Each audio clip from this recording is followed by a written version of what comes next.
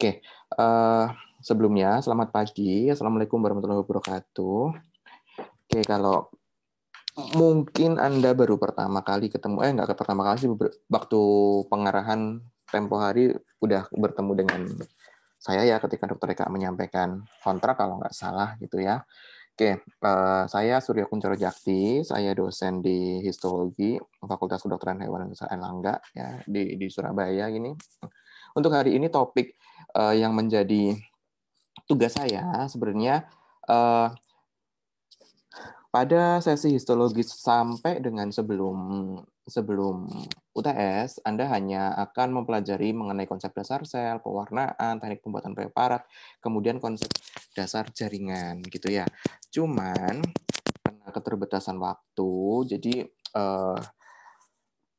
untuk kuliah hari ini sebenarnya masih konsep dasar jaringan. Ini kuliah kita hari ini adalah darah, dalam hal ini darah tepi gitu ya. Darah tepi itu kan atau darah itu kan termasuk ke dalam jaringan ikat, ya kan, jaringan ikat khusus. Cuma kita gabungkan sekalian dengan pembuluh darah dan jantung. Jadi untuk perkuliahan pagi hari ini seolah-olah Anda sudah belajar mirip seperti Anda belajar sistem organ gitu ya. Jadi agak sedikit komprehensif dan agak sedikit banyak hal-hal yang harus Anda pahami. Cuma basic atau pengetahuan selama kuliah pertama sampai kuliah minggu terakhir sebelum ini itu sudah bisa Anda gunakan karena Anda sudah tahu bagaimana jaringan otot, bagaimana epitel, apa itu endotel gitu kan Anda semuanya sudah tahu gitu ya. Jadi semoga untuk kuliah hari ini Anda tidak merasa kebingungan karena kita akan memasuki ke suatu sistem yang lebih kompleks lagi gitu ya. Ketika kita mempelajari pembuluh darah, ada jaringan apa saja di pembuluh darah itu, strukturnya seperti apa gitu. Oke, kita langsung saja ke topik yang pertama yaitu darah tepi. Di sini saya tadi mengatakan untuk darah tepi itu kan termasuk jaringan ikat khusus kan gitu ya.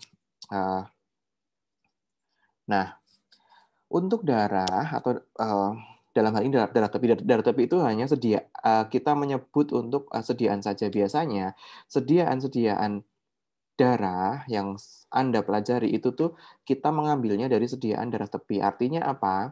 Kalau pada manusia sediaan darah tepi itu ketika kita melakukan ketika Anda seperti Anda ketika akan melakukan pemeriksaan tes golongan darah gitu ya. Kan Anda di-punch di jari Anda, kemudian ditaruh di objek. Nah, sama untuk pembuatan sediaan darah tepi juga seperti itu. Darah dari perifer itu dalam artian bukan dari sumber utamanya, dari jantung atau dari pembuluh darah yang besar. Darah perifer itu diambil dari misalkan kalau pada manusia ya ujung jari gitu ya, dilakukan vermipuncture, kemudian ditaruh di objek gelas, tetesan darahnya kemudian dibuat hapusan, kemudian diwarnai. Nah, itu adalah darah tepi, tetapi umumnya sama atau kita bisa menyebut sebagai darah gitu saja ya. Nah, termasuk jaringan ikat khusus menurut Billis kan untuk klasifikasi jaringan ikat ketika Anda kuliah di minggu kedua. Nah, untuk darah sendiri, kalau Anda melihat darah kan pasti warnanya merah gitu ya. Kenapa kok berwarna merah? Karena pada darah itu ada elemen yang berbentuk atau suatu bahan yang dia mempunyai bentuk. Tetapi di sisi lain darah itu kan cair, darah itu punya bahan antar sel atau bahan dasar. Nah, bahan antar selnya kan bahan antar sel pada darah itu kan plasma darah kan. Kan dia tidak konsistensinya cairan. Jadi bahan antar selnya kan amorf. Jadi ada elemen yang berbentuk dan juga ada elemen yang tidak berbentuk atau bahan dasar gitu. Oke, kita akan berbicara satu persatu elemen-elemen yang ada pada darah. Yang pertama untuk elemen yang berbentuk. Untuk elemen yang berbentuk, mayoritas pasti berisi sel darah merah atau disebut sebagai eritrosit. Kemudian ada sel darah putih, leukosit, dan yang terakhir ada keping darah atau platelet atau trombosit. Nah, khusus untuk histologi, Anda akan diperkenalkan bentukan-bentukan atau morfologi elemen-elemen yang ada pada darah dalam kondisi normal. Ini sangat penting sekali. Anda harus bisa mengidentifikasi morfologi semua jenis sel darah dalam kondisi normal. Karena ketika nanti Anda sudah di semester atas, misalkan di patologi klinik gitu ya, Anda harus bisa mendiagnosa berdasarkan dari sediaan hapusan darah. Apakah pasien Anda itu mengalami anemi atau talasemi atau segala macam bentuk kelainan yang ada pada eritrosit.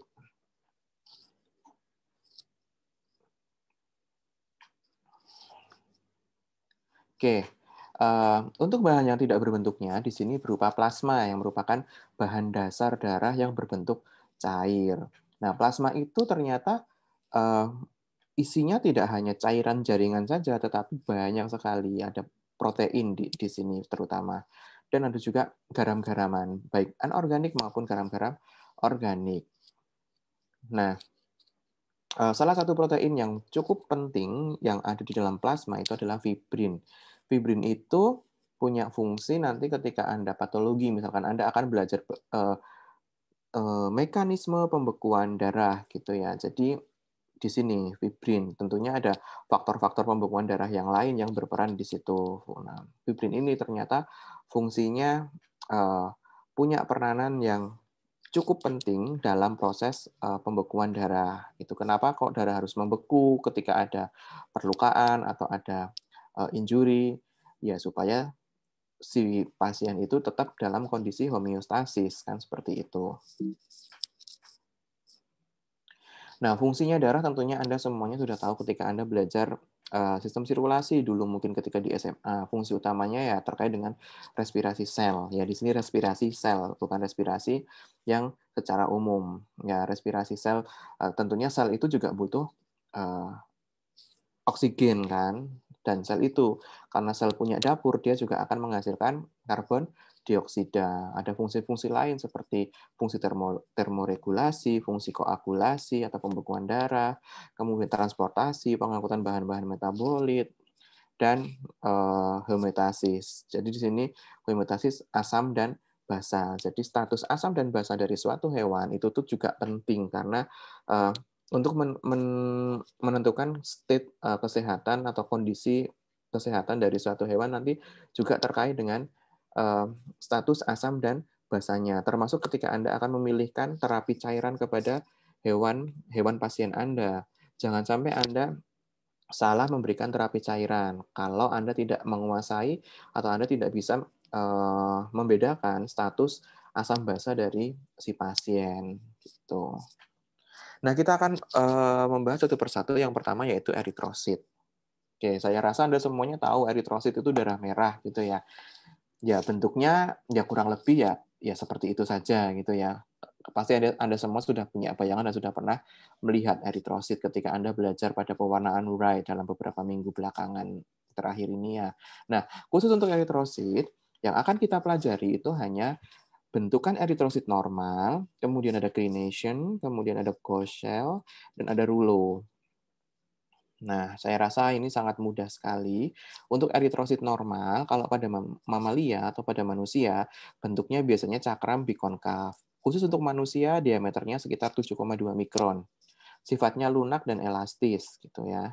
Jumlahnya 4 juta per milimeter kubik.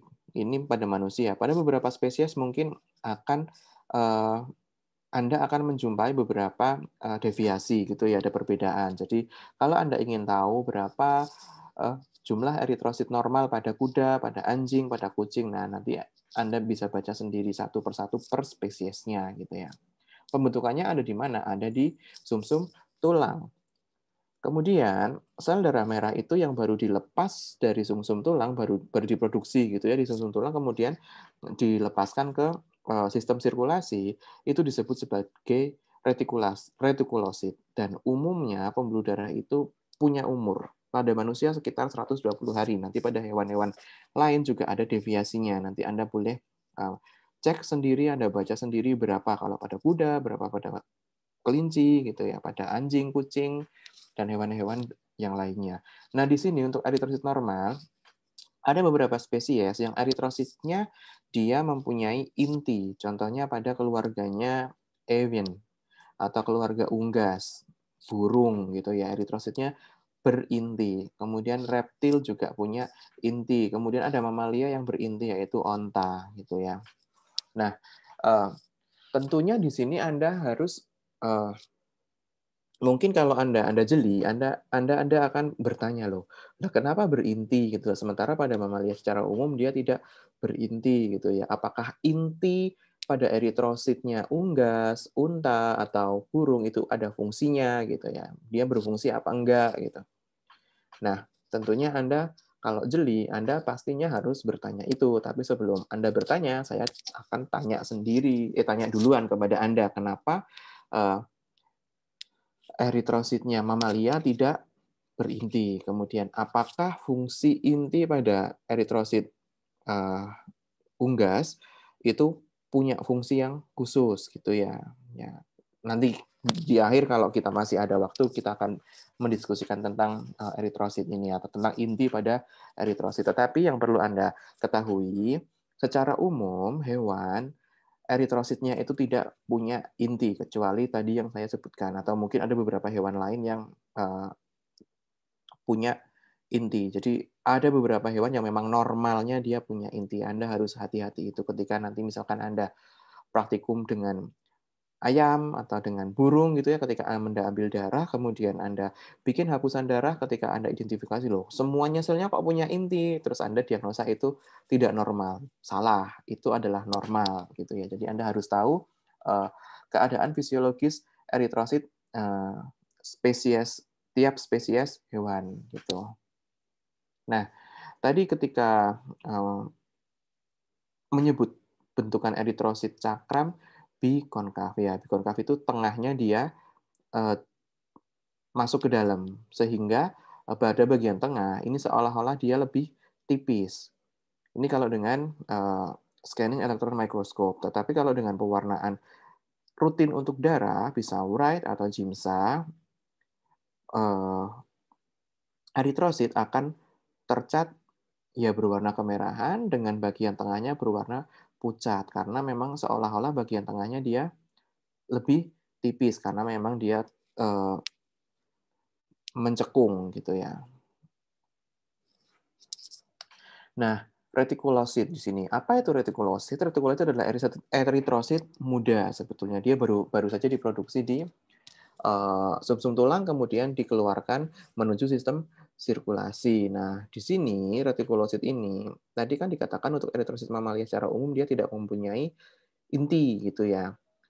Terus bagaimana organel-organel yang lain? Tentunya organel-organel yang lain juga, eee, juga gimana ya, tidak organ-organ lain juga tidak berfungsi seperti sel secara semestinya, seperti sel semestinya gitu ya. Artinya apa? Kalau tidak ada inti, berarti kan sel itu kan dalam keadaan state gitu ya. Jadi, eee, ketika dia akan mati atau akan rusak, tinggal menunggu waktu saja, tetapi dia sudah mempunyai beberapa cadangan, energi, cadangan nutrisi, atau apapun yang dia dibutuhkan oleh si eritrosit. Nah, eritrosit yang muda itu ternyata kalau kita lihat lebih detail lagi, nanti Anda akan melihat seperti ada granula-granula. Ternyata granula itu adalah ribosomal RNA dan seharusnya itu akan segera menghilang setelah 24 sampai 48 jam. Kemudian menjadi eritrosit yang dewasa, eritrosit major. Nah, granula tadi isinya ada mitokondria dan juga, eee, ribosom. Nah, mitokondria ini kan fungsinya juga untuk respirasi sel kan, main main main function-nya. Kalau ribosomal RNA sih umumnya sih sintesis protein, karena memang pada, darah, eritrosit itu dia masih punya kemampuan untuk mensintesis beberapa protein, seperti protein-protein yang terkait dengan faktor pembekuan darah, seperti faktor von Willebrand dan kawan-kawannya. Itu terkait dengan eritrosit normal. Sekarang rulo atau tulisannya rulox gitu ya. Nah, rulo itu sebenarnya eritrositnya juga normal, cuma rulo ini ada rulo, ada krenasi, ada gusel. Ini tuh terjadi karena teknis saja. Teknis ketika kita penyiapan atau ketika kita, membuat sediaan hapusan darah. Nah, apa itu rulo? Rulo itu adalah eritrosit yang saling menempel satu sama lainnya. atau berbentuk seperti tumpukan uang logam atau kita sebut sebagai stack of coin.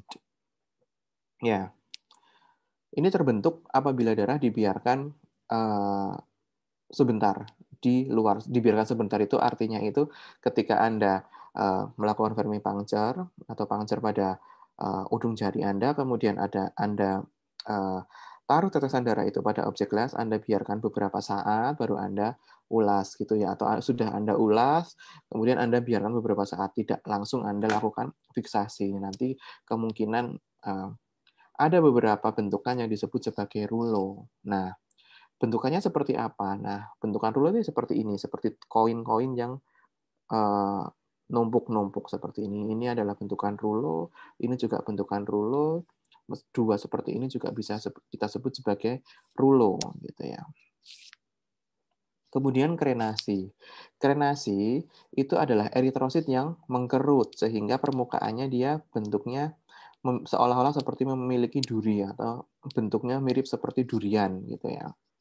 Kenapa kok terjadi krenasi? Terjadi krenasi itu terjadi ketika proses itu tuh eritrositnya itu dimasukkan ke dalam cairan yang hipertonik secara tiba-tiba gitu ya.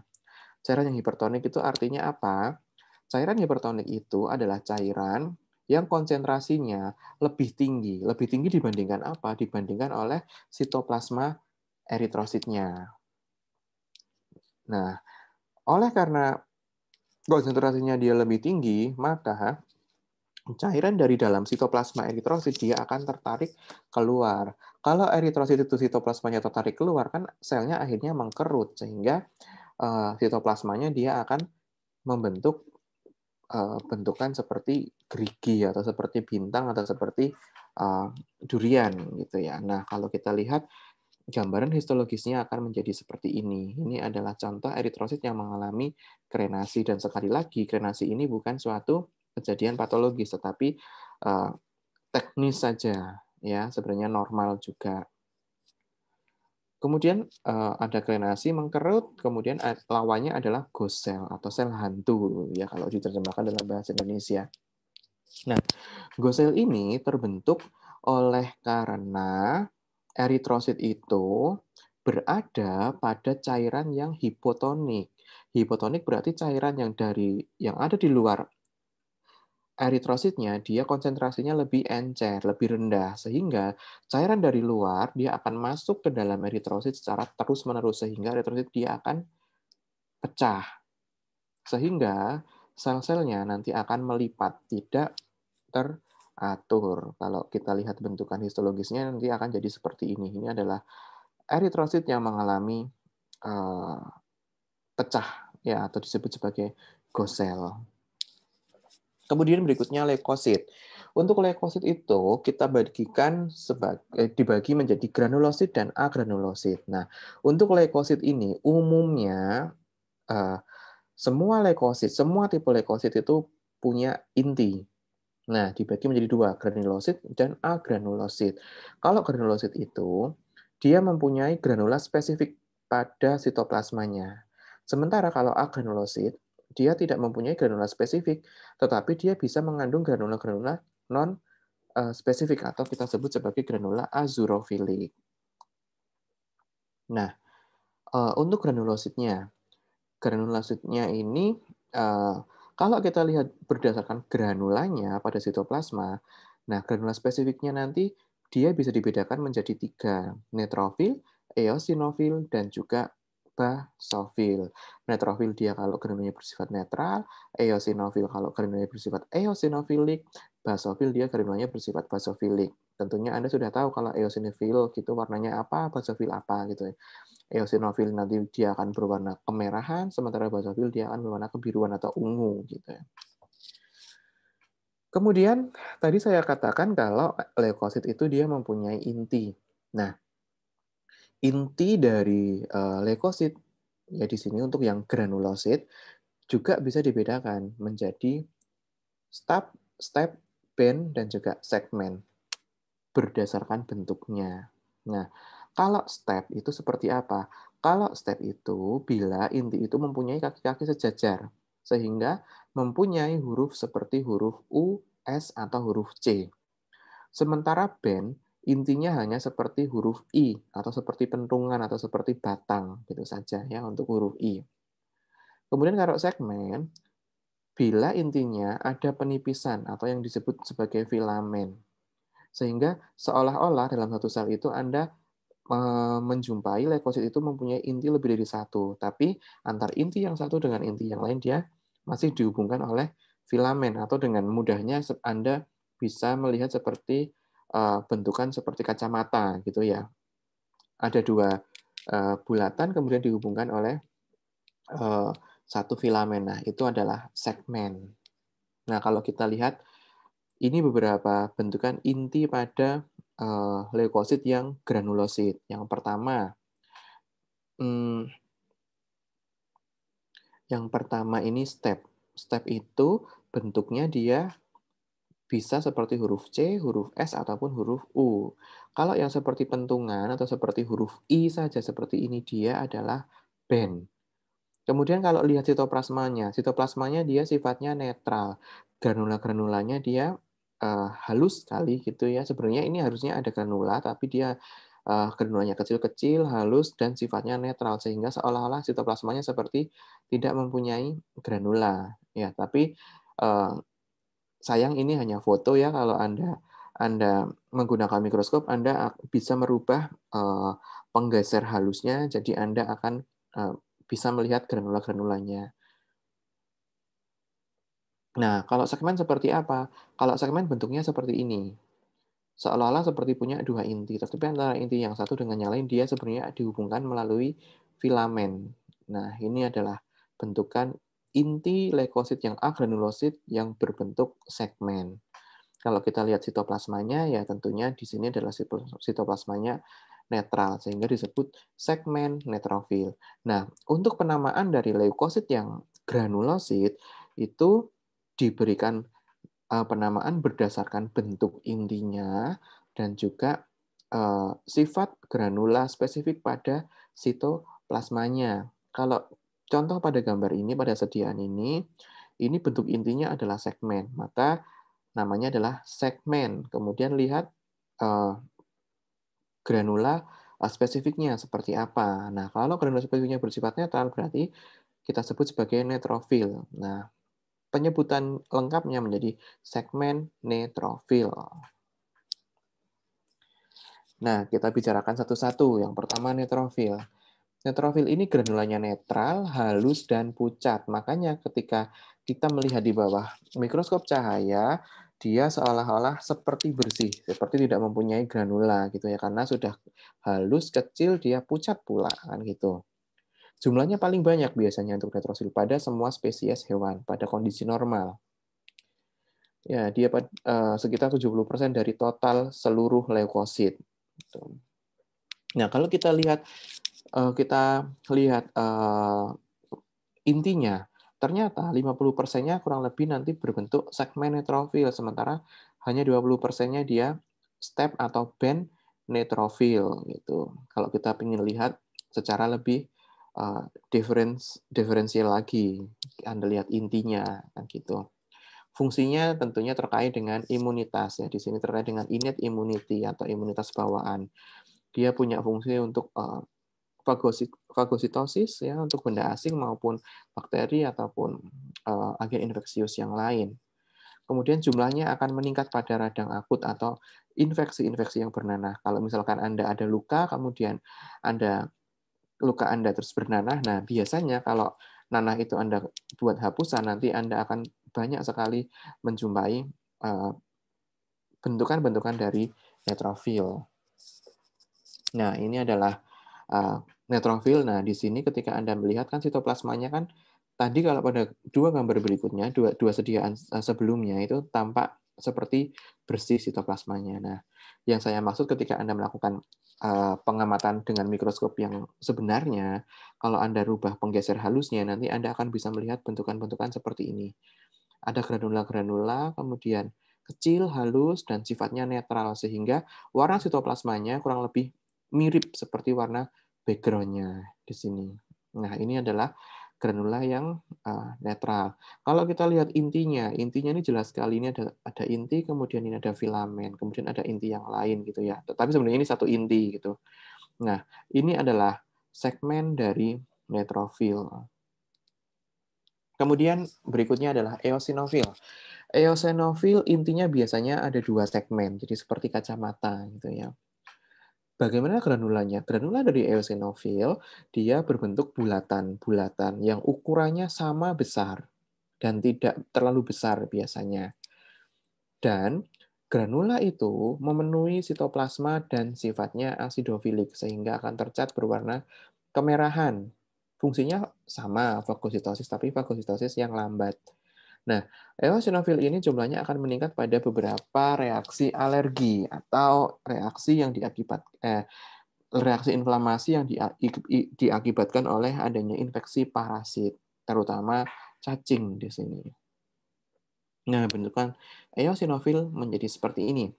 Nah, akan nampak seperti ini. Nah, tentunya selnya bulat gitu, punya inti gitu ya. Sitoplasmanya Anda lihat, sitoplasmanya dia jelas sekali mempunyai hampir tertutup oleh granula gitu ya.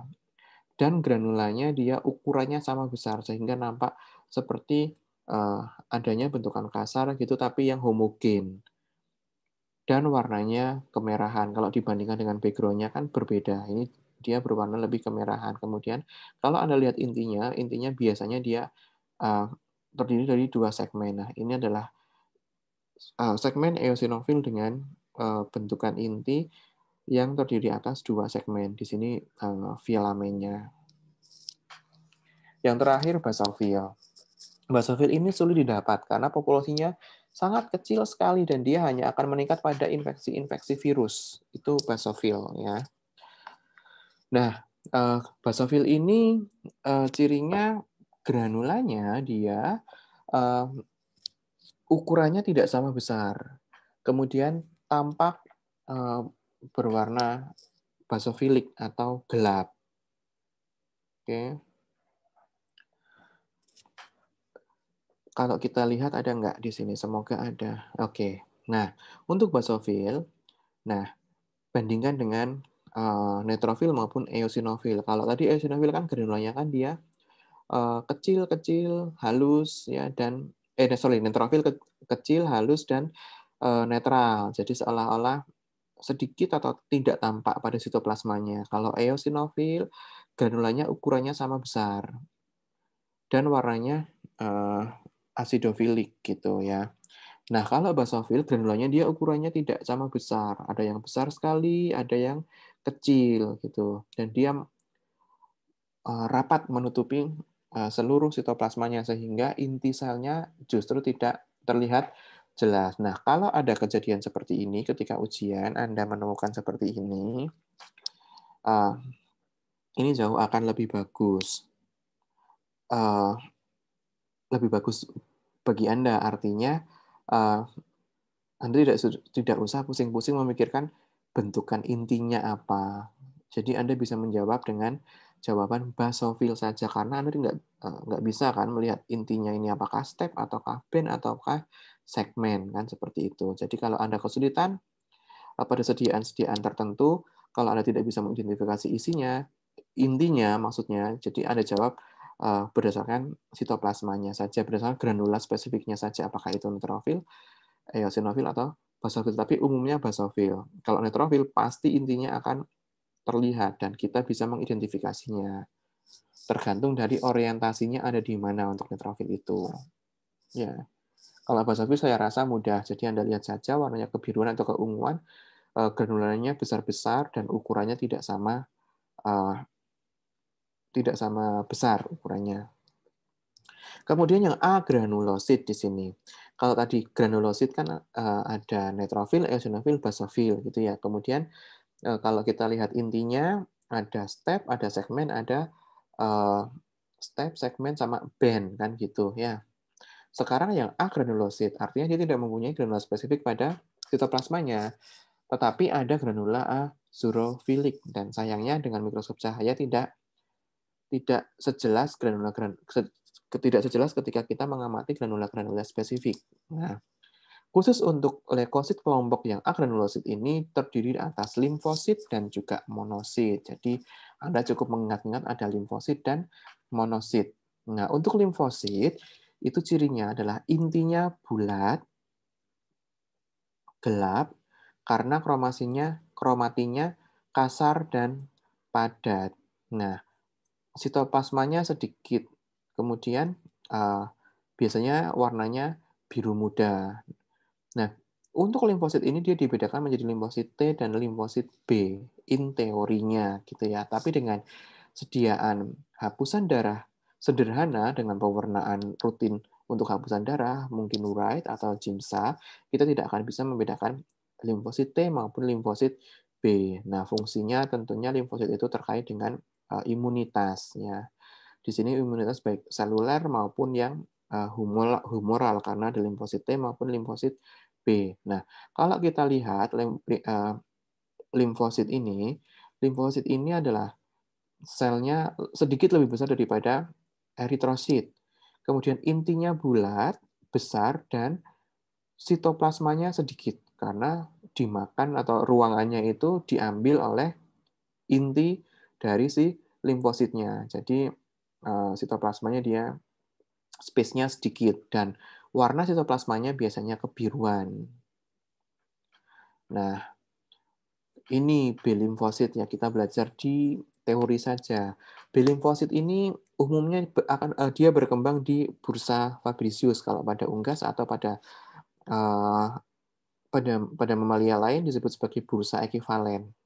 Dan dia akan berubah menjadi plasmosit atau sel plasma yang fungsinya membentuk antibodi terkait dengan respon imun yang humoral. Ada humoral, ada seluler.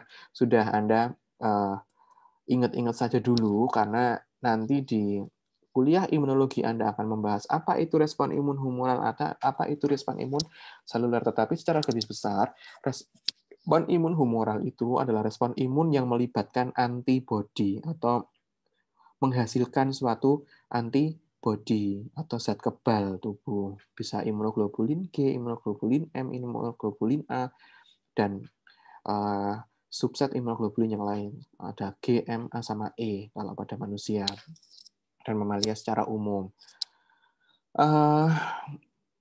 Kemudian untuk T limfosit ini berkembangnya di timus, makanya namanya T limfosit. Kalau B limfosit pada bursa. Nah, kalau B limfosit terkait dengan imunitas seluler, B limfosit imunitas humoral atau terkait dengan antibodi.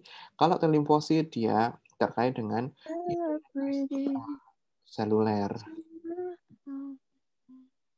Suaranya bagus yang nyanyi barusan.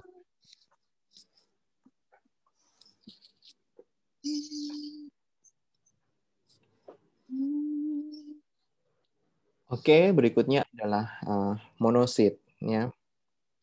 Monosit ini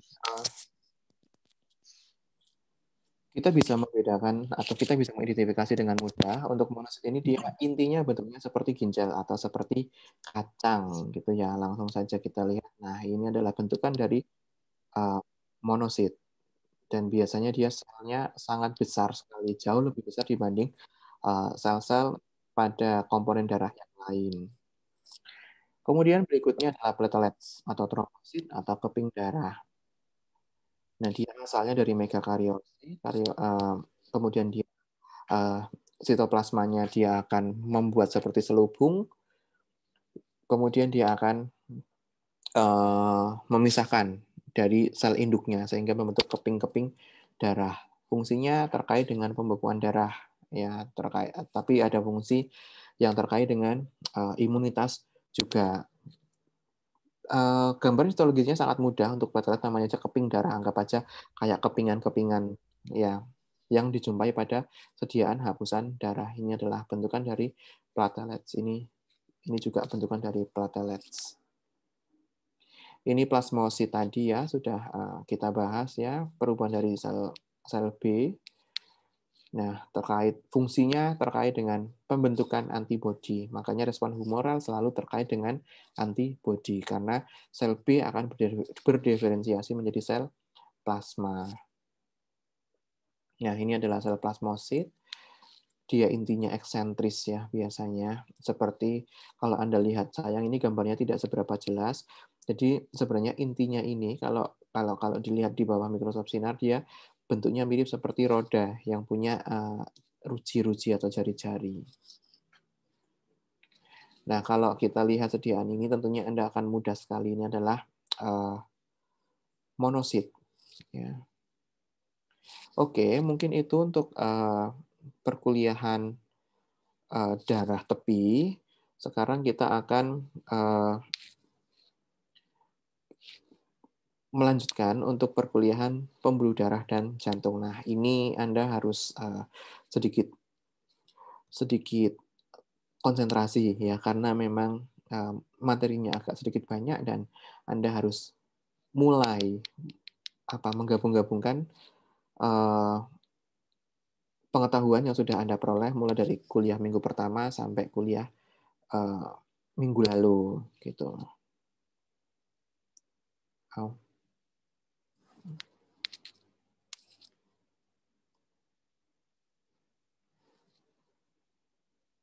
Oke, sudah terlihat ya untuk PowerPoint-nya? Sudah, Dok. Oke, kalau kita berbicara mengenai pembuluh darah untuk sekarang topiknya pembuluh darah dan jantung, tapi kita akan banyak berbicara mengenai pembuluh darah gitu ya.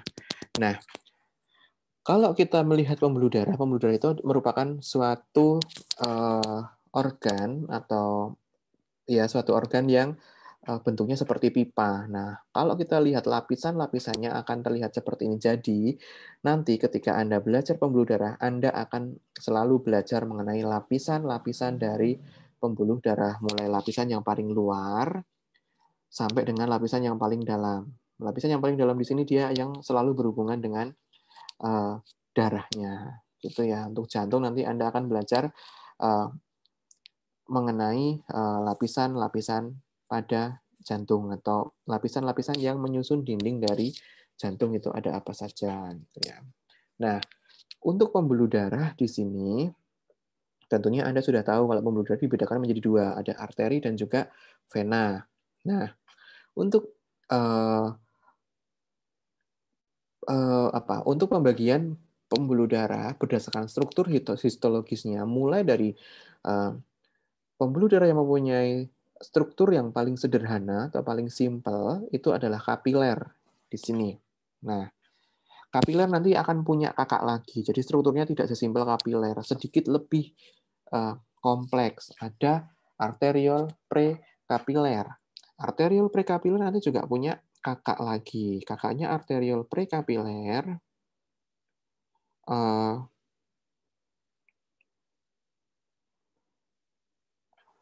arteriol prekapiler kakaknya adalah arteriol. Nah, setelah arteriol ada arteri kecil, arteri sedang, dan arteri besar atau aorta. Begitu juga dengan venanya. Vena yang paling sederhana itu adalah venul postkapiler. Kemudian ada venul, vena kecil, vena sedang, dan juga vena besar. Nah, kenapa kok kapiler nggak punya pasangan? Nah, sebenarnya kapiler ini berada di tengah-tengah sini.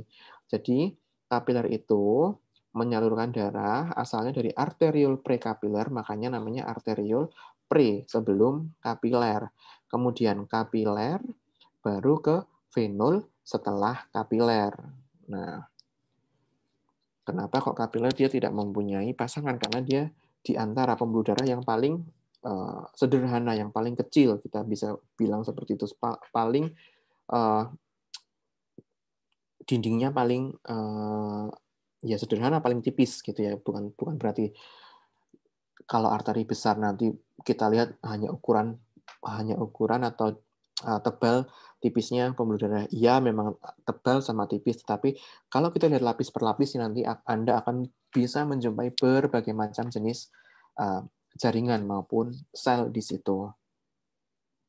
Nah, kita akan bahas satu persatu. Yang pertama, kapiler.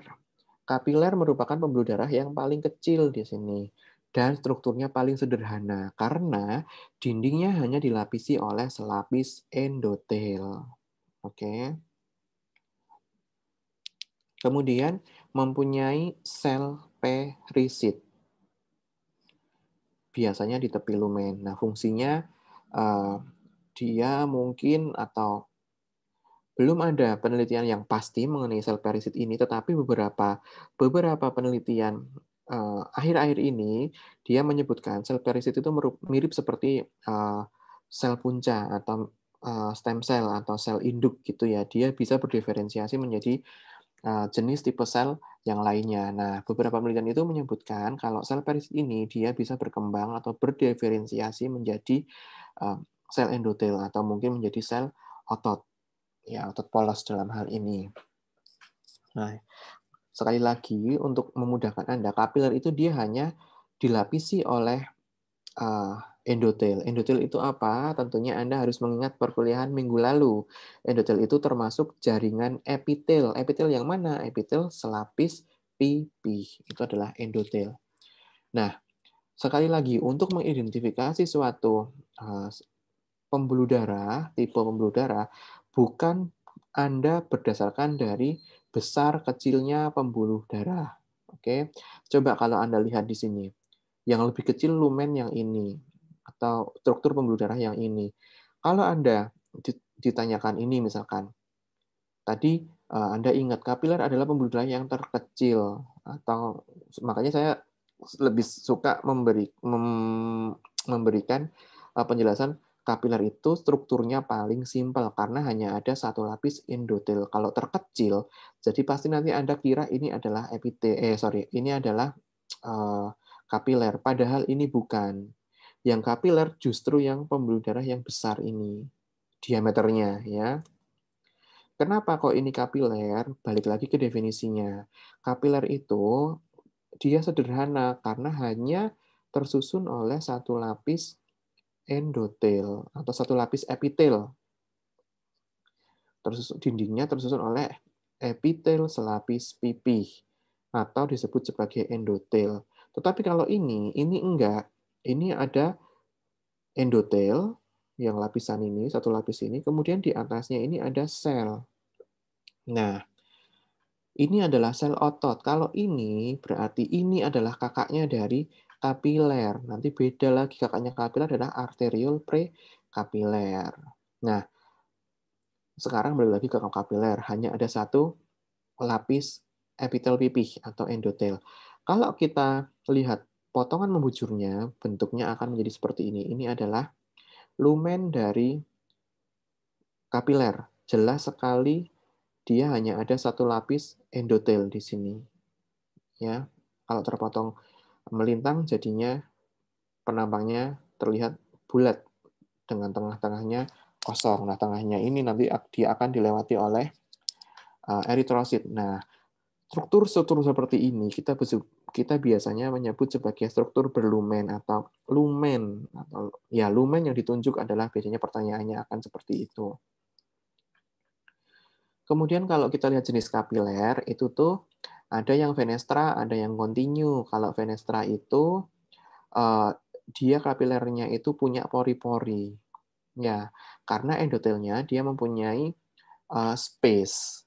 Sehingga space atau dalam hal ini space itu terjadi karena hubungan antar selnya berupa gap junction masih ada bukan masih ada gap, sebenarnya rapat sih itu gap junction, cuma masih dimungkinkan dia ditembus oleh sesuatu, bisa ditembus oleh sel atau bisa ditembus oleh suatu bahan tertentu, bisa protein atau apapun itu. Tapi intinya dia bisa ditembus oleh sel, biasanya sel-sel leukosit. Tipe yang lain, tipe kontinu. Kalau tipe kontinu, kapilernya dia tidak mempunyai pori-pori atau dinding selnya dia rapat dan hubungan antar selnya dia tight junction. Fungsinya tentunya Anda sudah tahu fungsi kapiler ya, terkait dengan kalau dikaitkan dengan transportasi dia mempunyai fungsi untuk pertukaran bahan, ya bisa oksigen dan CO2, kemudian nutrisi, dan sebagainya. Nah, di sini ada istilah yang disebut sebagai sinusoid. Sinusoid itu sebetulnya adalah kapiler juga, tetapi kapiler itu letaknya biasanya ada di parenkim organ, ada di liver, atau mungkin ada di apa, septum nasi, atau di concha nasal, sorry, concha nasal nanti bukan sinusoid lagi. Di septum nasi atau di hepar biasanya, atau di liver. Nah, dia strukturnya mirip seperti kapiler, hanya ada selapis pipih atau hanya ada endotel, kemudian lumennya dia membesar. Kalau kita lihat ini adalah hepar di sini. Nah, sinusoid itu yang mana? Sinusoid itu yang ini, ruangan-ruangan kosong ini. Ruangan-ruangan kosong ini disebut sebagai sinusoid. Nah, dindingnya dia itu sama seperti dindingnya endotel, hanya ada satu lapis epitel pipih, atau kita sebut sebagai endotel. Nah, kalau Anda perhatikan lumennya kan tidak lagi berbentuk bulat, tapi lumennya dia lebar-lebar. Gitu ya. Ini adalah sinusoid. Kemudian kakaknya kapiler adalah arteriol prekapiler. Arteriol prekapiler ini dia dilapisi oleh selapis endotel. Hampir semua bukan hampir, semua pembuluh darah dia dilapisi oleh endotel pada lumen yang pada lapisan paling dalamnya, ya. Lapisan paling dalam ini dalam artian lapisan yang selalu kontak dengan darahnya itu adalah endotel. Semua pembuluh darah itu pasti punya endotel. Kemudian di luar endotel dia akan punya lapisan-lapisan. Nah, kalau arteriol prekapiler di luar lapisan endotel tadi ada satu lapis otot polos. Ingat, satu lapis, bukan satu, ya, bukan satu buah. Satu lapis. Jadi mungkin bisa 2 buah atau 3 buah. Oke. Nah, arteriol prekapiler tentunya dia peralihan antara kapiler dan arteriol. Oke, kalau kita lihat, kalau kita lihat yang mana? Di sini ada kapiler, arteriol prekapilernya. Oke. Mungkin ini, nah. Tapi tidak seberapa jelas, saya akan gunakan slide sebelumnya aja untuk arteriol prekapiler. Nah, tadi arteriol prekapiler itu kan satu lapis endotel, kemudian ada satu lapis di atasnya lagi, ya. Tapi di sini yang nampak satu, ya. Ini adalah otot, ini endotel. Nah, lumen ini adalah arteriol prekapiler. Tetapi kalau hanya ada satu lapis seperti ini saja, ini endotel, berarti ini adalah ini adalah kapiler.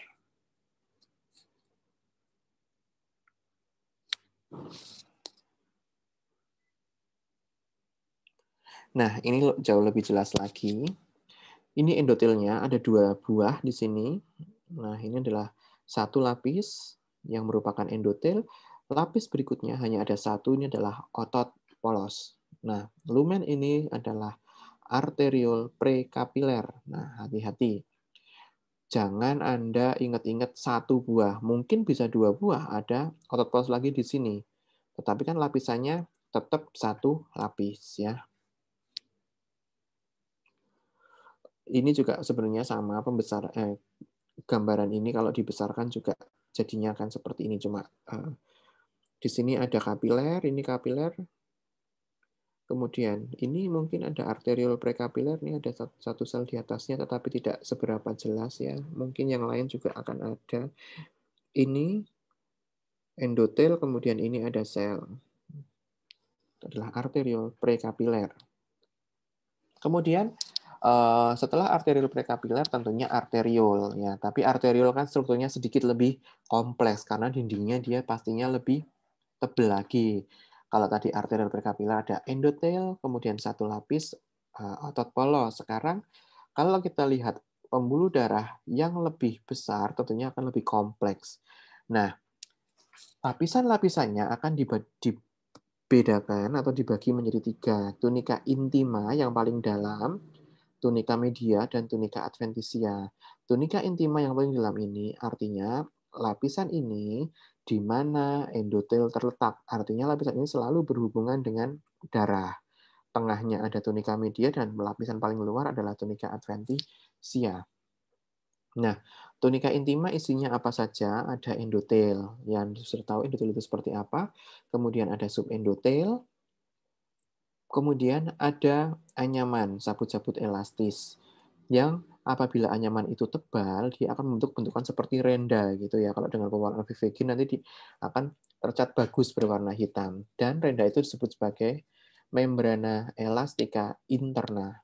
Nah, renda-renda ini bisa kita jadikan acuan yang merupakan perbatasan antara tunika intima dan tunika media. Nah, untuk tunika medianya, umumnya dia hanya terdiri atas otot polos yang arahnya sirkuler. Ada juga sabut-sabut elastis di antara otot-otot polos, di antara anyaman-anyaman otot polos itu nanti ada sabut-sabut elastis. Kalau sabut elastis itu jumlahnya banyak dan menyusun seperti anyaman yang bentuknya mirip seperti jala, maka disebut sebagai membran fenestrasi atau fenestrated membrane. Kemudian lapisan paling luar itu tunika adventisia. Nah, tunika adventisia dia umumnya hanya terdiri atas jaringan ikat kendor. Jadi secara gampang supaya Anda mudah untuk mengingat-ingat, pada tunika media itu umumnya endotel. Kemudian tunika tunika intima yang paling dalam itu endotel, tunika media otot polos, tunika adventisia jaringan ikat kendor. Makanya kuliah sebelumnya sangat berguna sekali untuk Anda. Anda harus bisa mengompilasikan di kuliah ini, ya. Bayangkan dalam satu sediaan saja, dalam satu lumen pembuluh darah saja, satu bentukan struktur berlumen, Anda harus belajar mengenai jaringan epitel, jaringan otot, dan jaringan ikat dalam satu waktu, gitu ya. Jaringan epitelnya endotel di tunika intima, jaringan ototnya ada di tunika media, dan di tunika media juga ada jaringan ikat juga, kan ada cabut-cabut elastis. Kemudian di tunika adventisianya juga mostly atau sebagian besar adalah jaringan ikat, karena jaringan ikat kendor. Tetapi pada tunika adventisia kadang ada bentukan berkelok-kelok seperti renda juga. Jadi renda itu ada yang di dalam, ada renda yang di luar. Kalau renda yang di dalam tadi namanya membrana elastica interna, kalau renda yang di luar namanya membrana elastica eksterna. Nah, kita bisa jadikan acuan yang membatasi antara tunika media dan tunika adventisia adalah membrana elastica eksterna. Kalau tunika intima dan media, membrana elastica interna. Tetapi tidak semua pembuluh darah itu mempunyai dua renda itu tadi. Nanti Anda akan tahu bentukannya seperti apa, gitu ya. Nah, sekarang arteriol. Arteriol, tunika intimanya pastinya ya endotel kan gitu. Dia tidak mempunyai membrana elastika, tidak punya renda. Otot polosnya dia ada 2 sampai 5 lapis. Oke. Tunika adventisianya tidak punya. Kalau kita lihat arteriol, kita lihat lumen arteriol yang di atas dulu. Yang saya tunjuk ini adalah endotel. Kemudian di atasnya dia ada beberapa lapis sel. Di sini kurang lebih 1, 2, 3 gitu ya, kurang lebih 3 sampai 4. Nah, kalau lapisan sel otot polosnya kurang dari 5, maka lumen ini disebut sebagai arteriol. Oke. Begitu juga gambar yang bawah ini. Yang ditunjuk ini adalah endotel. Kemudian di sisi sebelah luarnya ada 2 kurang lebih 2 sampai 3 lapis otot ya. Ini adalah arteriol. Ini sama, ini lebih jelas lagi. Ini endotel di sini, otot polos lapis pertama, otot polos lapis kedua, otot polos lapis ketiga. Ada 3 lapisan. Berarti ini adalah arteriol. Kemudian kakaknya arteriol adalah arteri kecil. Nah, arteri kecil ini tunika intimanya sama, ada endotel. Kemudian dia punya renda di dalam yang disebut sebagai membrana elastica interna. Tunika medianya isinya apa? Otot kan? Ototnya tinggal lihat berapa lapis, 6 sampai 40 lapis.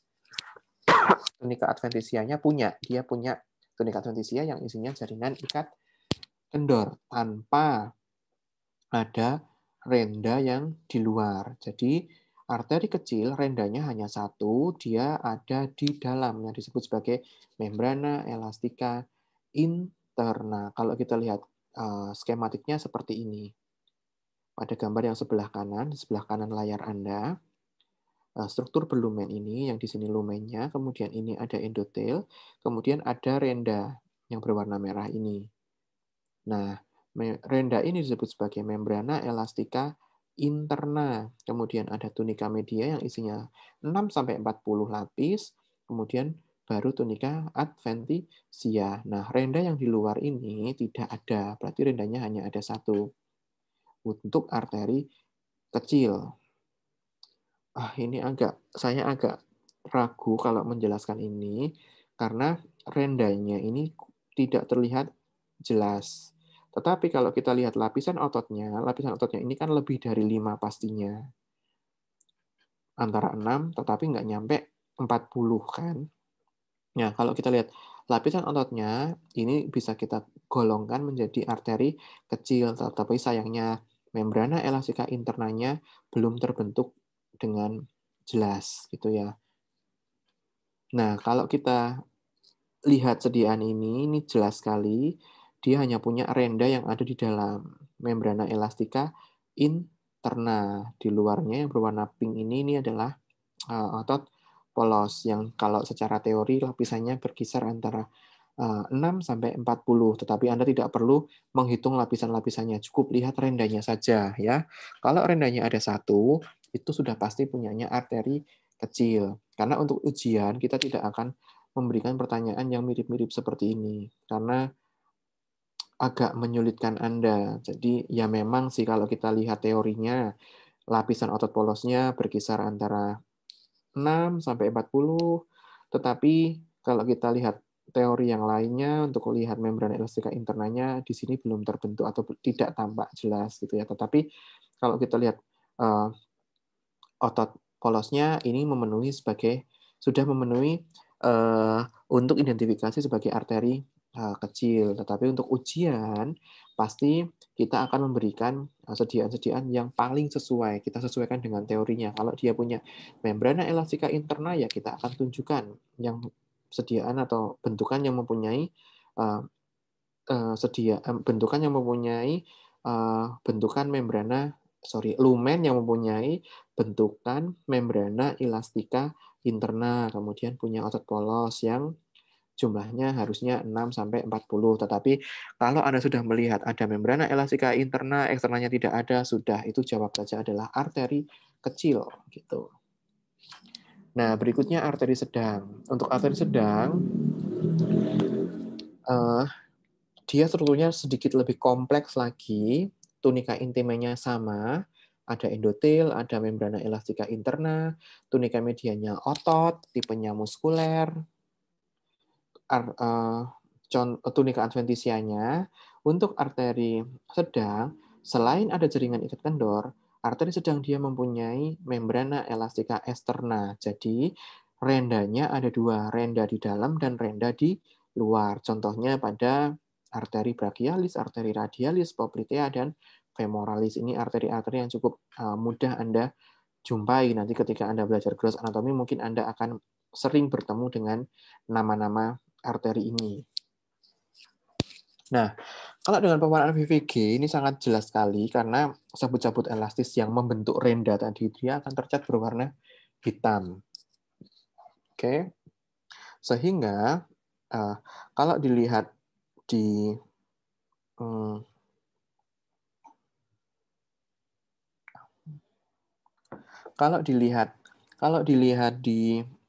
sediaan dengan pewarnaan VVG, Anda akan bisa melihat ada renda di dalam dan juga renda di luar.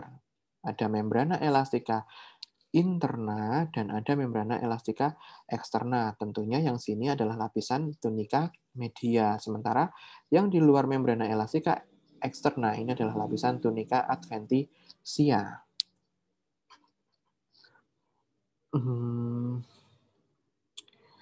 Kalau ini sediaan ini juga sedikit membingungkan. Dia mempunyai renda. Ini adalah membrana elastika interna.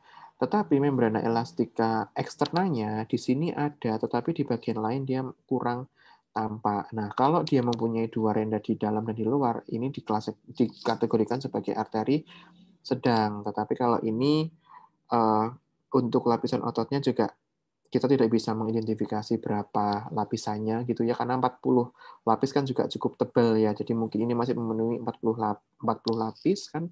Kalau ini masih di bawah 40 berarti ini kan harus dimasukkan ke dalam arteri kecil gitu ya. Nah, kalau ini jelas sekali. Ini ada endotel, kemudian ada renda di sini. Ini adalah membrana elastika interna, ada lapisan otot di sini. Ini sebenarnya harusnya ada renda juga. Kemudian di sini baru ada tunika adventisia. Ini adalah arteri sedang. Tetapi kalau kita lihat ototnya juga lapisannya cuma segini aja gitu ya.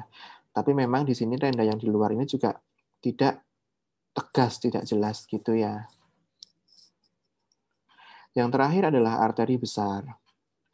Arteri besar itu terdiri atas tunika intima, sama tunika intimanya. Ada endotel, tetapi di sini membrana elastika internanya sudah tidak jelas lagi. Karena dia akan membentuk fenestrated membran yang berlanjut ke tunika media. Tunika medianya tentunya terdiri atas otot polos, jumlahnya sekitar 40-60. Kemudian untuk arteri besar, tidak ada lagi istilah membrana elastika interna maupun eksterna, karena semuanya sudah menyatu menjadi fenestrated membran. Kalau kita lihat seperti ini adalah fenestrated membran, di sini adalah sabut-sabut elastisnya, yang ini adalah otot polosnya. Nah, kalau tadi membrana elastika interna maupun eksterna, sabut-sabut elastis ini dia akan terpilin menjadi suatu pilinan yang membentuk suatu garis atau suatu renda tadi. Tetapi kalau ini dia letaknya ada di sekitar otot yang membentuk anyaman, sehingga disebut sebagai fenestrated membrane. Tunika adventisianya tipis, membrana elastika eksternanya kan tidak ada lagi, dan kadang ada pembuluh darah yang lebih kecil, disebut sebagai vasa vasorum, bisa kapiler ataupun arterial prekapiler, tapi umumnya kapiler biasanya. Dan juga ada berkas saraf atau berkas saraf disebut sebagai nervi vasorum. Contohnya arteri besar ini adalah aorta atau arteri pulmonalis. Nah, kalau kita lihat seperti ini adalah dinding dari aorta. Oke. Yang paling tebal ini adalah tunika media yang tersusun atas otot polos dan sabut-sabut elastis. Nah, secara berselang-seling membentuk seperti anyaman atau fenestrated membran seperti ini. Ini adalah tunika medianya yang paling tebal. Tunika intimanya sama, endotel, subendotel gitu ya. Kemudian tidak ada lagi membrana elastika interna maupun membrana elastika eksterna. Ini adalah dinding dari arteri besar.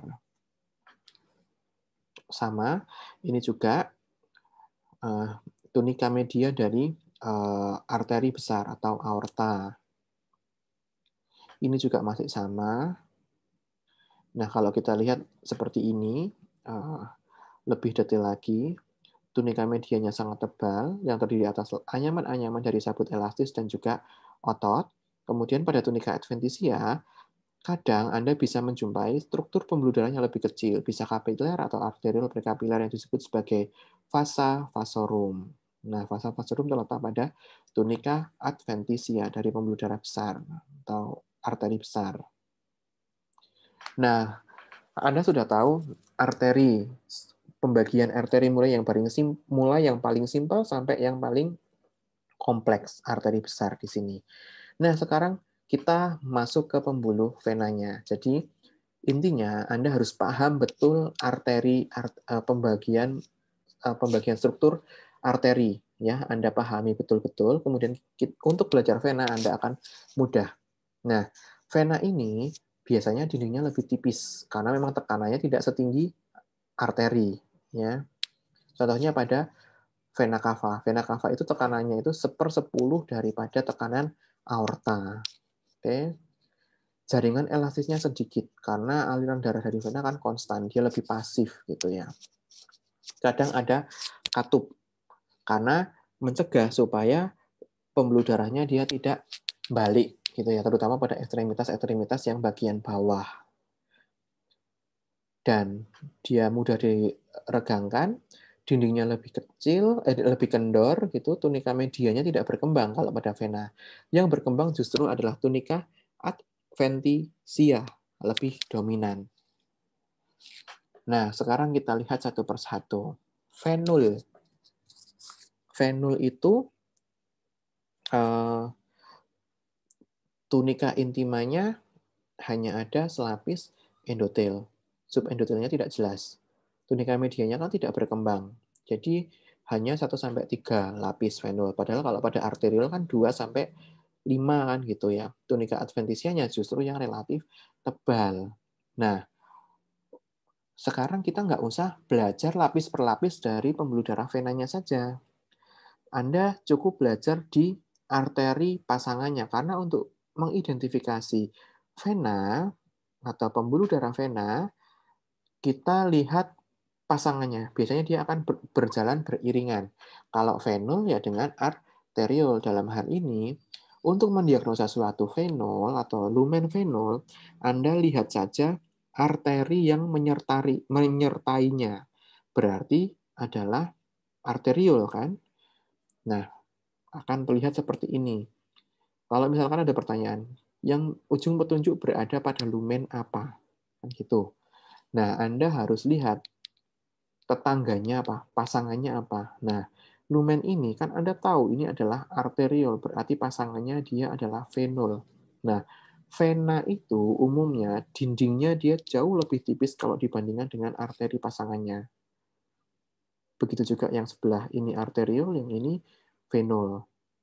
Gitu ya. Dindingnya jauh lebih tipis dan lumennya terkadang dia tidak bundar, tidak lagi bundar. Kadang dia agak mengalami penyet gitu ya, terlihat penyet. Jadi agak lonjong, gepeng atau sebagainya.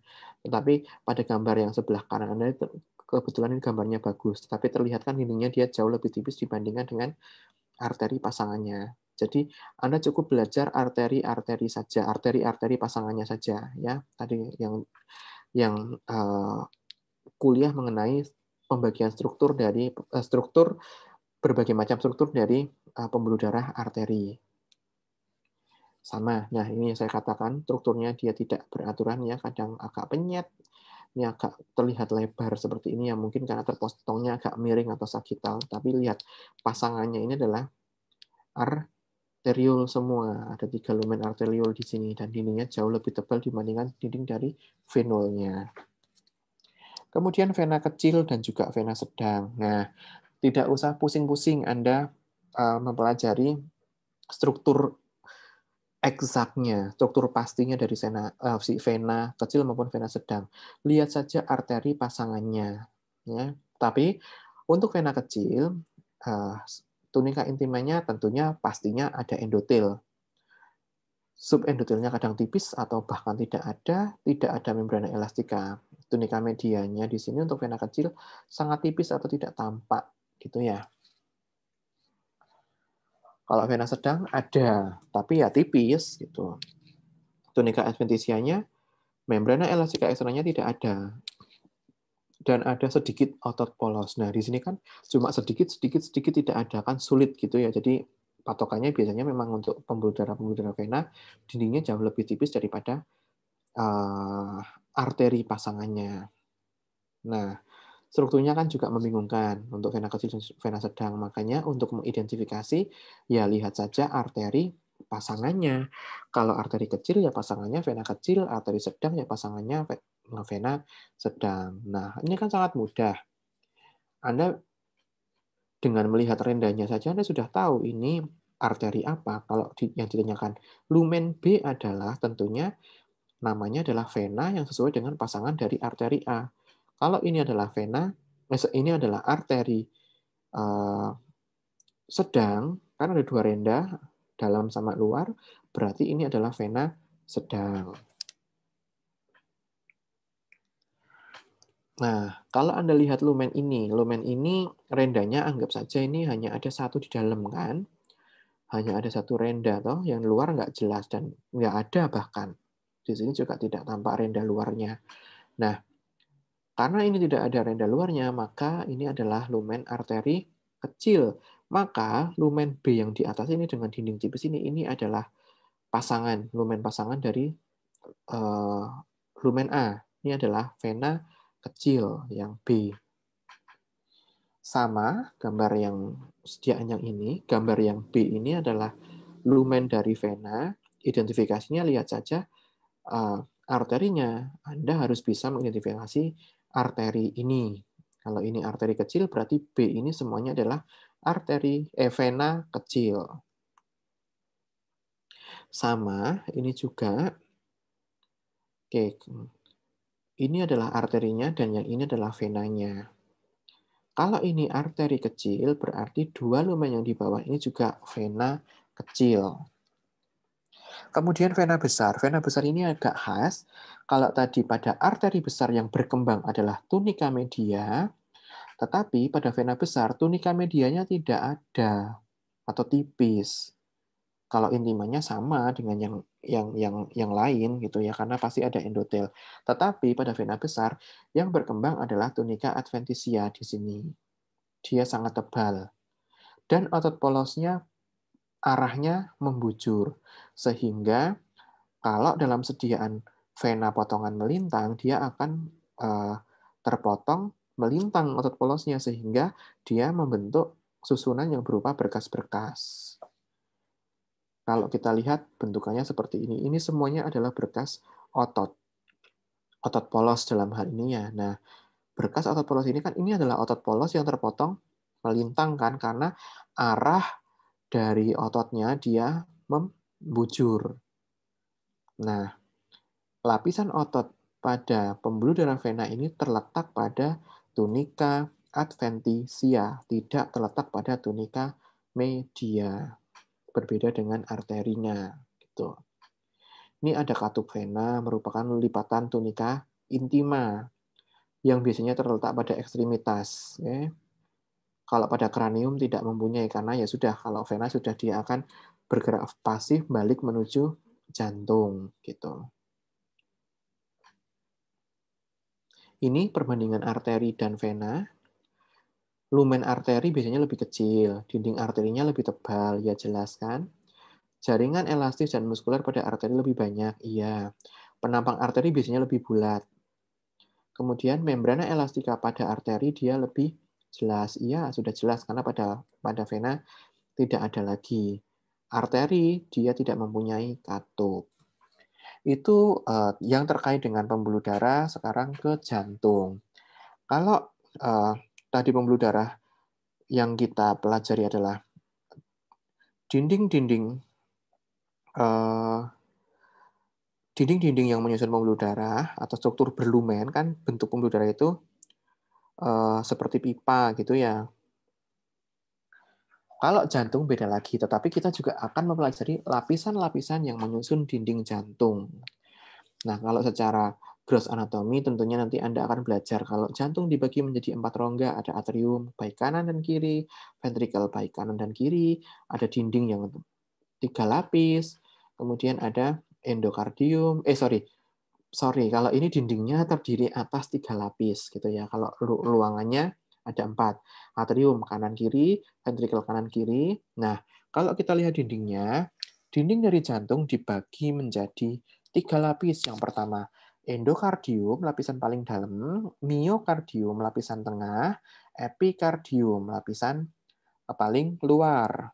Nah, kalau pada pembuluh darah lapisan paling dalam ini kan tunika intima. Kalau pada jantung endokardium. Nah, tunika intima dan endokardium sama-sama mempunyai endotel dan subendotel. Kalau jantung miokardium lapisan tengahnya, kalau pembuluh darah lapisan tengahnya tunika media. Miokardium punya otot, tunika media juga punya otot. Tapi kalau pada pembuluh darah, tunika media ototnya otot polos.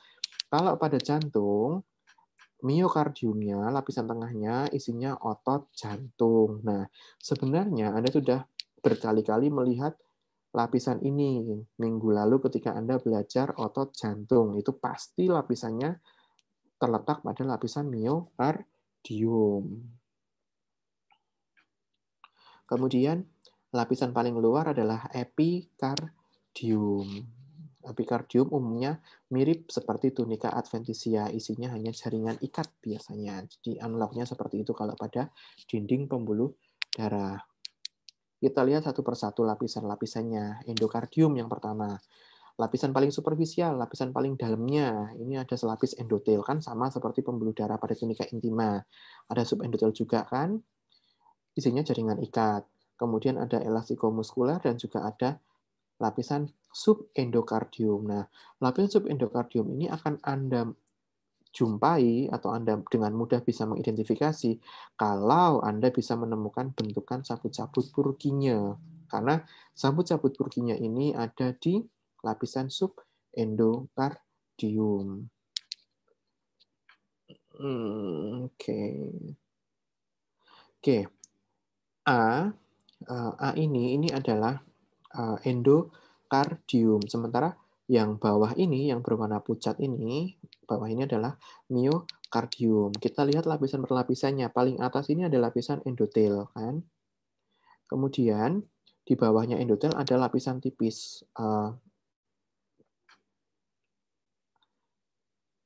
subendotel, tetapi dia hanya biasanya tuh tidak seberapa kentara.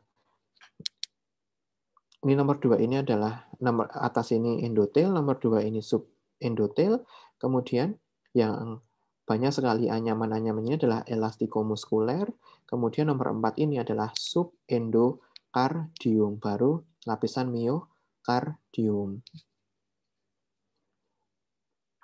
Nah, kemudian lapisan berikutnya adalah miokardium. Tentunya Anda sudah tahu mio, otot gitu ya, kard, jantung. Ya, isinya adalah anyaman-anyaman otot jantung. Ya, otot jantung tentunya Anda sudah tahu punya intercalated disc gitu ya. Kemudian pada miokardium ada Anda nanti mungkin akan menjumpai kapiler gitu ya. Kemudian ada sabut-sabut saraf juga yang tidak bermielin, tetapi mayoritas pada lapisan miokardium Anda akan dengan mudah menemukan jaringan otot jantung di situ.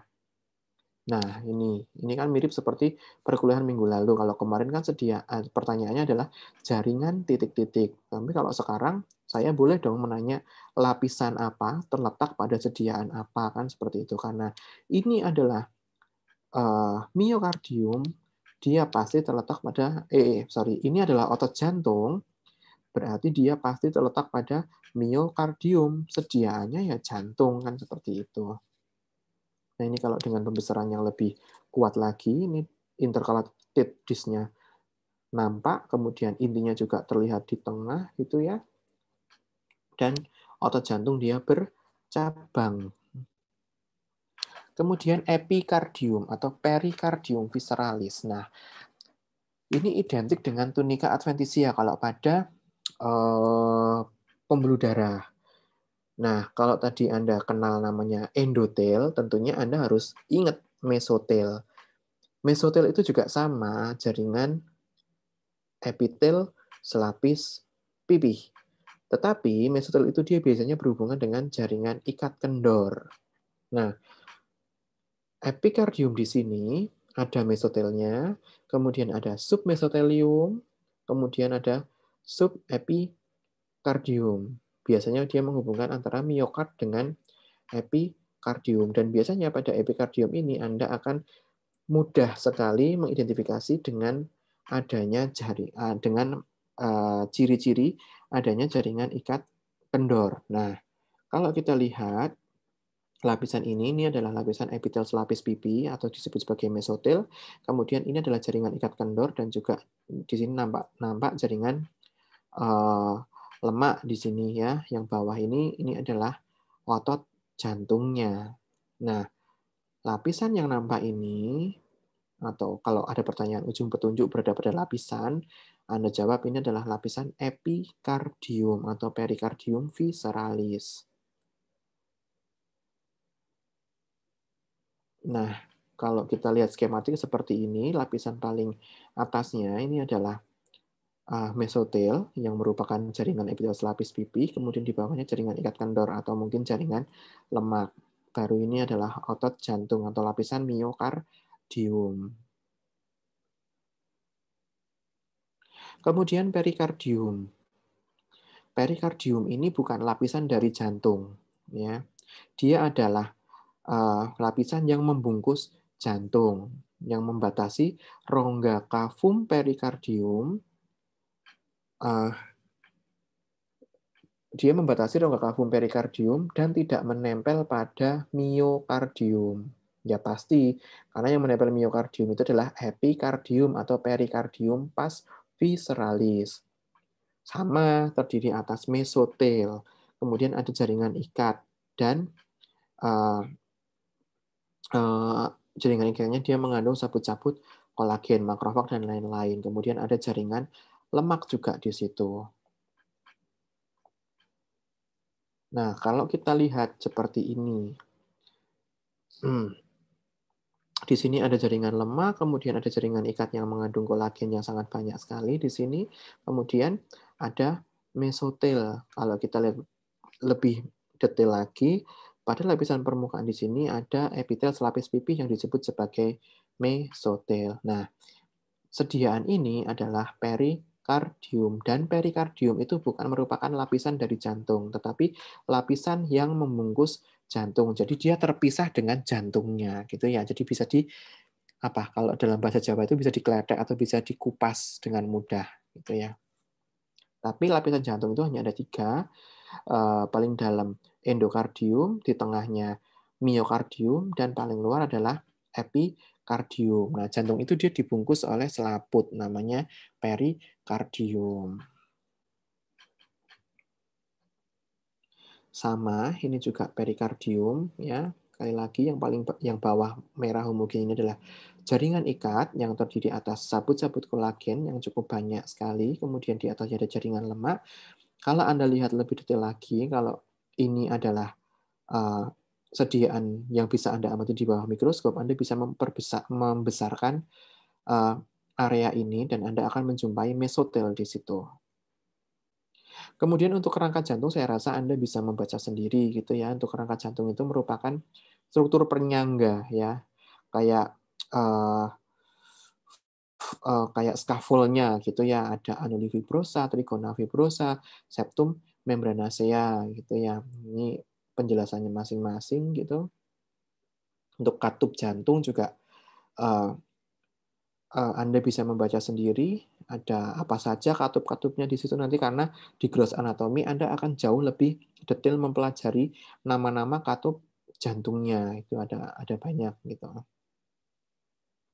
Kemudian untuk sistem penghantaran, karena jantung itu kan dia mempunyai ritmik gitu ya, mempunyai detak yang teratur gitu ya. Kalau tidak teratur lagi nanti akan beda ceritanya. Itu bisa pelajarannya bisa 1 semester sendiri kalau Anda ingin belajar ritme jantung tersendiri, ritme normal seperti apa, yang abnormal seperti apa, karena penting, karena Anda akan bisa mendiagnosa kelainan pasien Anda bila Anda punya kemampuan mendiagnosa suara jantung atau irama jantung di situ ya. Nah, sistem penghantarannya seperti apa? Nah, terdiri atas rat-rat jantung yang berfungsi mengatur denyut jantung, namanya Purkinje system. Nah, di sini ada sinoatrial node, ada atrioventricular node, ada bundle of His, kemudian ada uh, right atau left bundle branch. Ya, mekanisme ini semua Anda akan belajar detail di fisiologi dalam semester ini juga. Saya ingat betul ketika belajar fisiologi, penjelasan mengenai penghantaran rangsangan ini sangat detail sekali, dari mana asalnya, kemudian dia akan merambat melalui apa saja, sampai akhirnya dia bisa menimbulkan suatu detak jantung. Ya, tapi yang berperan adalah tadi, ini ada SA node, kemudian ada AV node, ada berkas His, kemudian ada right or left bundle branch gitu. Kemudian sabut Purkinje. Nah, ini yang cukup penting. Bukan cukup penting sih, semuanya penting. Cuma untuk sabut Purkinje kita bisa mengamati secara histologis. Nah, sabut Purkinje ini dia terletak pada lapisan jantung. Lapisan yang mana? Terletak pada lapisan subendokardium. Sabut Purkinje ini merupakan otot jantung, tetapi penampang melintangnya dia terlihat lebih lebar, lebih besar gitu ya, lebih luas gitu.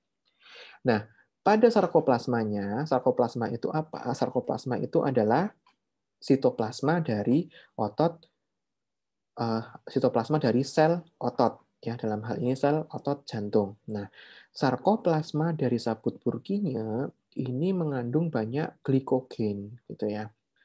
Nah, karena mengandung banyak glikogen, dia penampangnya, terpotong melintangnya itu dia nanti kalau dengan pewarna HI dia akan tercat lebih pucat, lebih berwarna merah muda gitu ya. Sudah penampangnya besar, kemudian dia pucat. Nah, itu adalah ciri khas dari sabut Purkinje. Karena dia sarkoplasmanya lebih banyak mengandung glikogen sehingga miofibrilnya dia sedikit gitu.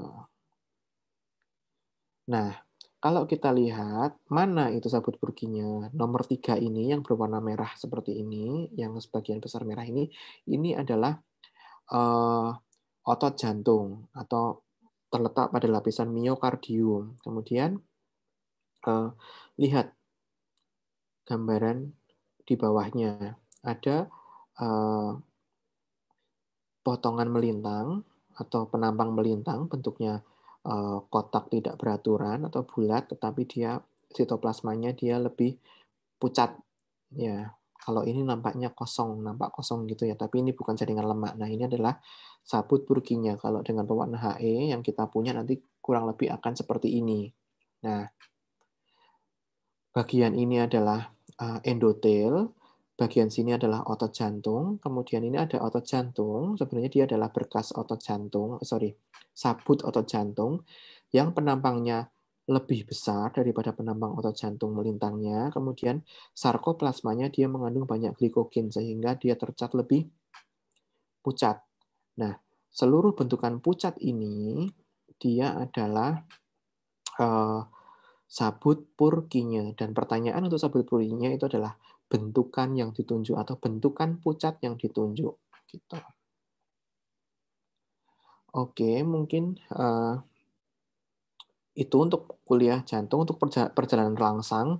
Ini nanti Anda akan juga belajar di fisiologi seperti yang tadi saya katakan, diawali dari SA node, kemudian ke AV node, kemudian ke kerangka jantung ya pada trigonum fibrosum kanan, kemudian ke tepi posterior sekat interventrikel pas membranosa, kemudian dia akan menyebar ke ventrikel kanan dan kiri, kemudian ke miokardium, dan akan bergabung dengan otot jantung sehingga dia bisa melakukan suatu ritmik yang teratur. Nanti di fisiologi Anda akan belajar lebih detail bagaimana itu terjadi.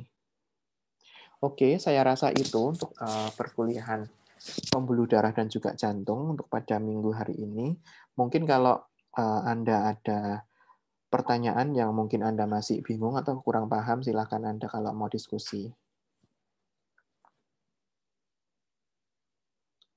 Adakah pertanyaan?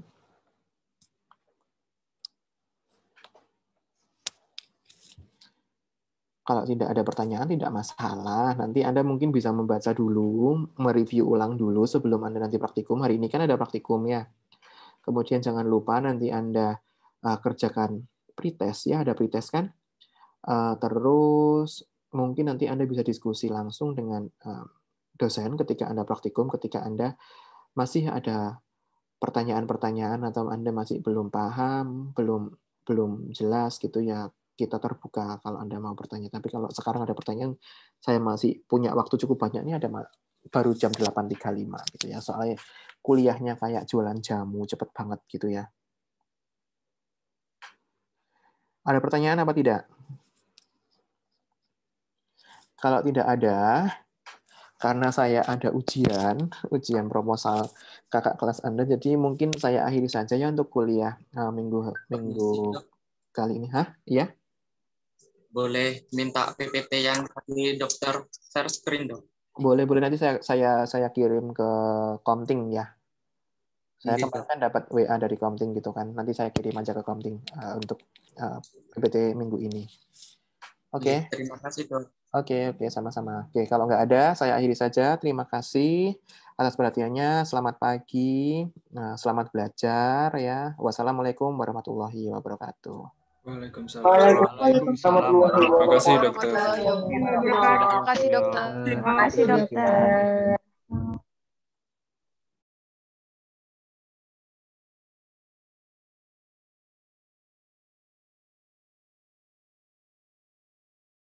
Caca. 2.